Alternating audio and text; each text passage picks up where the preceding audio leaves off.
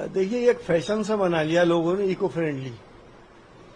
बकरीद के ऊपर क्या पटाखे छूट रहे हैं, या बकरीद के ऊपर और कोई गंदगी हो रही है? बकरीद में तो जो हम लोग कुर्बानी देते हैं जानवर की, ये परंपरा तकरीबन 4000-5000 साल पुरानी परंपरा है। हजरत इब्राहिम अलैहिस्सलाम के नक्शे कदम पे चलते हुए हम अल्लाह की राह में कुर्बानी देते हैं। अब तमाशा बना लिया कि साहब इको फ्रेंडली के आप कागज का बकरा बना लें और काट दें, या आप आटे का बकरा बना लें काट दें। क्या है ये? सिर्फ इन्हें जरूरत, इनका सारा काम यही है कि मुसलमानों की दिल आजारी करो और इस देश के अंदर रहने वालों के बीच में दरारें पैदा करो। अभी तक तो किसी को परेशानी हुई नहीं थी। आजाद हिंदुस्तान को इतने दिन हो गए, 10 साल पहले से क्यों ये सब परेशानियां शुरू हो गई? सिर्फ सियासी मकासद के लिए। हम ये कहना चाहते हैं कि कुर्बानी क्या किस मजहब में नहीं होती? क्या हिंदू धर्म में बलि नहीं चढ़ाई जाती मंदिरों के अंदर? फिर एक साथ ये कह रहे हैं कि बकरा काटने वाले दुष्ट होते हैं। जो लोग बकरा काटे वो अपनी गर्दनें काट लें। अपने बड़े पद पे होकर ये बातें उन्हें शोभा देती हैं? क्या तमाम दुनिया में जो मुसलमान कुर्बानी देते हैं या हिंदू भाई कुर्बानी देते हैं वो अपनी गर्दनें काट लें? क्या है ये? सब लोग इस चक्कर में रहते हैं कि मुसलमानों की दिल आजारी करो, शायद बीजेपी कोई इनको पद दे देगी, इंपॉर्टेंस दे देगी। सब योगी जी की हिरस कर रहे हैं, लेकिन योगी जी तक पहुंच नहीं सकता कोई। इनके चक्कर में हमारा सांप्रदायिक सौहार्द और बिगड़ेगा, और ये बिगाड़ने की कोशिश करते हैं जिससे हमारा देश कमजोर होगा। हमारा सांप्रदायिक सौहार्द अगर नहीं रहा तो हमारा देश कभी भी महाशक्ति नहीं बन सकता। हमें प्यार मोहब्बत से जीना है जैसे हम जीते आए हैं और रहते रहेंगे। ये 10% लोग ये ना समझें कि इस देश के ऊपर सिर्फ उनकी जागीर से है, ये सबका है। देखिए, हमारे जितने भी डेलीगेशंस गए हैं, बड़ी कामयाबी के साथ उन्होंने पूरी दुनिया को बताया है कि पाकिस्तान जो झूठा प्रोपेगेंडा कर रहा है वो गलत है। हमारे सारे डेलीगेशंस कामयाबी से लौट रहे हैं। पहली बार ऐसा हुआ है कि हम लोगों को डेलीगेशंस भेजने पड़े। हमें इस बात का अफसोस है कि भारत की बात को समझाने के लिए हमें डेलीगेशन भेजने पड़ रहे हैं। आज ये नौबत क्यों आई? क्या पाकिस्तान का प्रोपेगेंडा, पाकिस्तान का झूठ हमारे पर हावी हो गया? हम ऑपरेशन सिंदूर की कामयाबी तो हुई है। सारी दुनिया जानती है कि पाकिस्तान आतंकवाद की नर्सरी है। हम ये नहीं समझाने नहीं कहते कि आतंकवाद की नर्सरी है। हम उनके झूठ को न्यूट्रलाइज करने गए थे। हमने अपने देश का पक्ष रखा और बहुत अच्छी तरह से रखा, बगैर किसी पार्टी की बाधाएं और उनकी सीमाएं तोड़कर सभी लोगों ने देश के लिए काम करा। मैं उन तमाम लोगों को मुबारकबाद भी देता हूं जिन्होंने भारत का मान सम्मान विदेशों में बढ़ाया। आपातकाल को कब तक पीटते रहेंगे? आपातकाल तो इस वक्त भी लगा हुआ है। क्या बोलने की आजादी है? क्या हमारे चैनल अपने हिसाब से बात कर सकते हैं? अगर आप सच्चाई दिखा देंगे तो चैनल बंद हो जाएंगे या जेल चले जाएंगे। क्या देश की दूसरी बड़ी आबादी मुसलमान प्रताड़ित नहीं हो रहा इस वक्त? क्या उसके साथ इंसाफ हो रहा है? क्या भ्रष्टाचार अपनी चरम सीमाओं पर नहीं है? रिश्वत का बाजार गर्म है और रेट और ज्यादा बढ़ गए, दुगने तिगने हो गए। तो आपातकाल तो इस वक्त चल ही रहा है। अगर कोई कुछ कह दे, सच्चाई कह दे, तो उसको हमारी एजेंसीज के जरिए परेशान किया जाता है। हम ये कहना चाहेंगे कि उस वक्त आपातकाल लगा था, वो एक कलंक था हमारे देश के माथे पे। और आज जो कुछ भी हो रहा है सांप्रदायिक सौहार्द बिगाड़ने वाले, देश की तहजीब को खत्म करने वाले, ये भी एक कलंक है हमारे देश के ऊपर। हमारी परंपराएं, हमारी तहजीबें प्यार मोहब्बत सिखाती हैं। हमारे बुजुर्गों ने यही सिखाया है। हम एक साथ मिलजुल कर अपने देश को आगे बढ़ा सकते हैं, लड़के हम नहीं बढ़ा सकते। ये बात उन लोगों को समझ लेनी चाहिए। देखिए, क्या ममता बनर्जी हिंदू नहीं है? क्या पूजा नहीं करती? क्या काली की पूजा वो नहीं करती? क्या महुआ मित्रा हिंदू नहीं है? वो पूजा नहीं करती हैं। लेकिन पूजा को और अपनी देवी देवताओं का व्यवसायीकरण नहीं करती राजनीति में। वहां पे हिंदुओं के साथ अगर किसी ने भी कुछ किया है तो उसको सजा मिल रही है। लेकिन पूरे हिंदुस्तान में मुसलमानों के साथ जो कर रहे हैं, खुलेआम जो मॉब लिंचिंग हो रही है और जो उनको टॉर्चर किया जा रहा है, तो देश में क्या उनको सजा मिल रही है? मॉब लिंचिंग करने वालों के गले में मालाएं डाली जा रही हैं नेताओं के द्वारा। इससे बड़ी शर्मनाक बात और क्या होगी? और क्या ममता बनर्जी नॉर्थ कोरिया कैसे हो गई? क्या वो भी एटॉमिक शक्ति बन गई हैं? मिसाइल बना रही हैं? दुनिया की बात नहीं सुन रही हैं? कैसा एब्सर्ड सी बात है ये? मैं तो समझता नहीं ये सेंसलेस बातें करना सियासत में कारगर होगा किसी के लिए भी। देखिए, नीतीश कुमार जी की अब उम्र हो गई है और मैं समझता हूं उन्हें स्वतः रिटायरमेंट ले लेना चाहिए। उनको सेनाइल डिमेंशिया भी लगता है कि हो गया है। एक टर्म होती जो बुढ़ापे में आके आदमी को पता नहीं रहता कि वो क्या कर रहा है और क्या बोल रहा है। कानून व्यवस्था के मामले में रोज क्राइम हो रहे हैं, रोज रेप हो रहे हैं। वहां पे हालात बहुत खराब है। डबल इंजन की सरकार चल रही है। डिप्टी चीफ मिनिस्टर तो बीजेपी के ही हैं, वो क्या कर रहे हैं?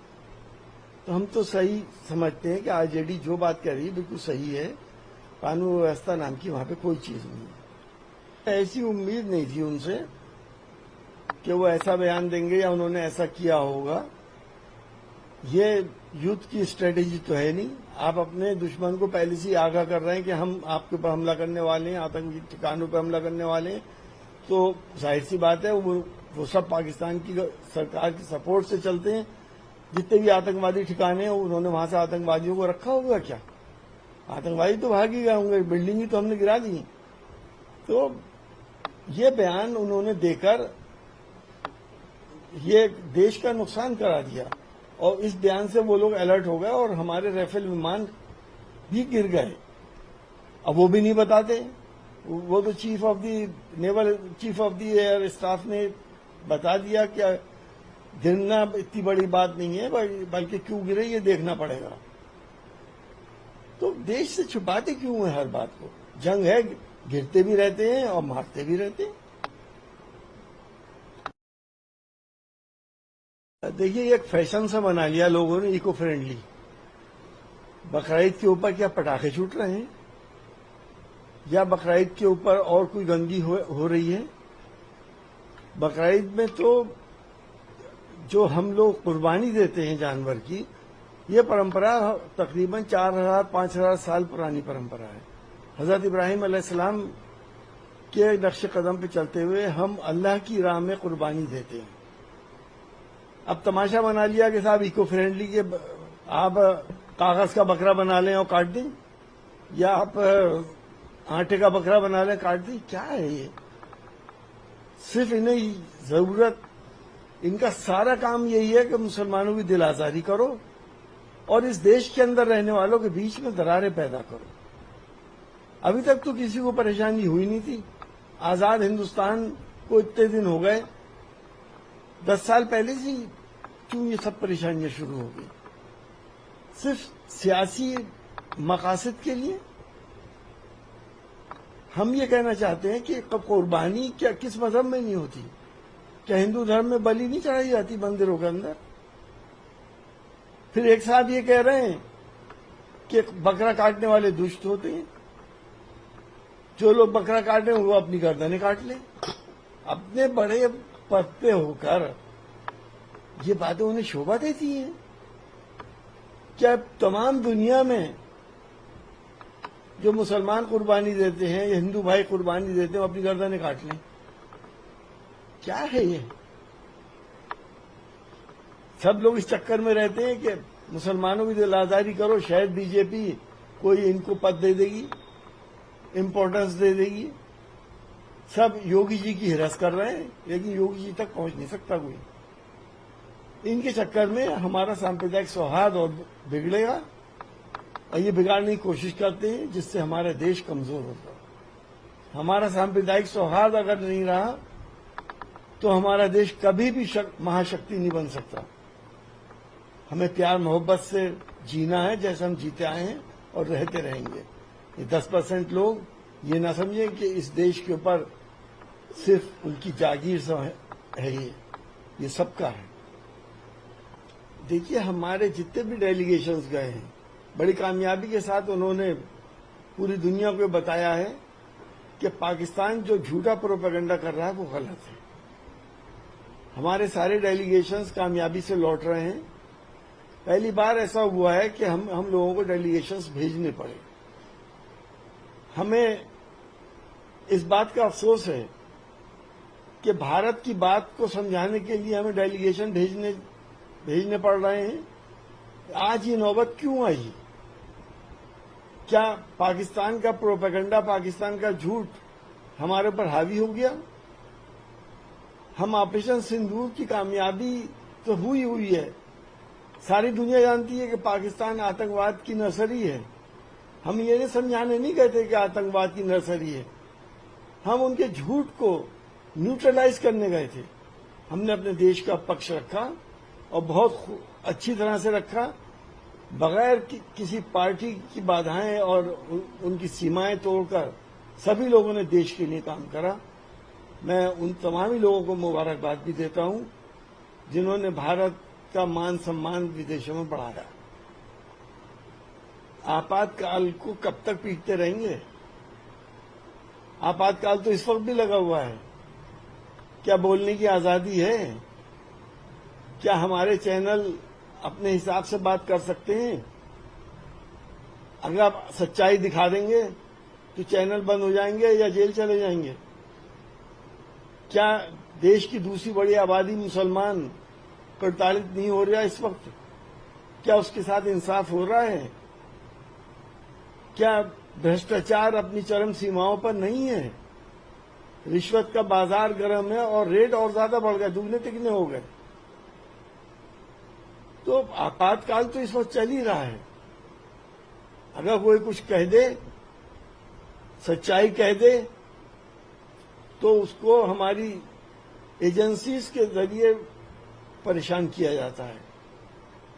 हम ये कहना चाहेंगे कि उस वक्त आपातकाल लगा था, वो एक कलंक था हमारे देश के माथे पे। और आज जो कुछ भी हो रहा है, सांप्रदायिक सौहार्द बिगाड़ने वाले, देश की तहजीब को खत्म करने वाले, ये भी एक कलंक है हमारे देश के ऊपर। हमारी परंपराएं, हमारी तहजीबें प्यार मोहब्बत सिखाती हैं। हमारे बुजुर्गों ने यही सिखाया है।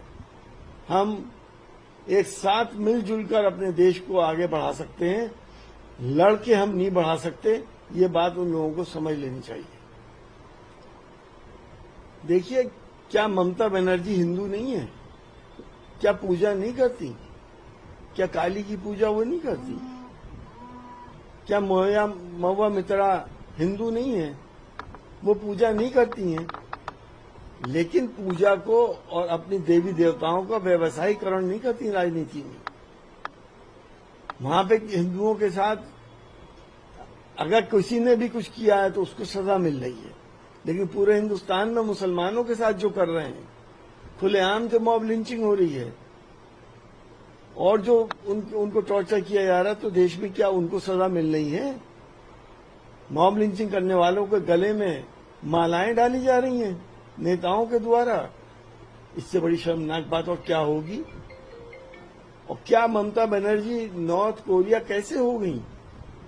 क्या वो भी एटॉमिक शक्ति बन गई हैं, मिसाइल बना रही हैं, दुनिया की बात नहीं सुन रही हैं? कैसा एब्सर्ड सी बात है ये?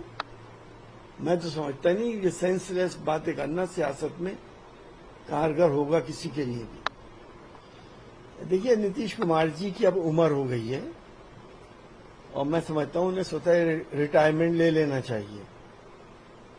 उनको सेनाइल डिमेंशिया भी लगता है कि हो गया है। एक टर्म होती जो बुढ़ापे में आके आदमी को पता नहीं रहता कि वो क्या कर रहा है और क्या बोल रहा है। कानून व्यवस्था के मामले में रोज क्राइम हो रहे हैं, रोज रेप हो रहे हैं। वहां पे हालात बहुत खराब हैं। डबल इंजन की सरकार चल रही है। डिप्टी चीफ मिनिस्टर तो बीजेपी के ही हैं, वो क्या कर रहे हैं? तो हम तो सही समझ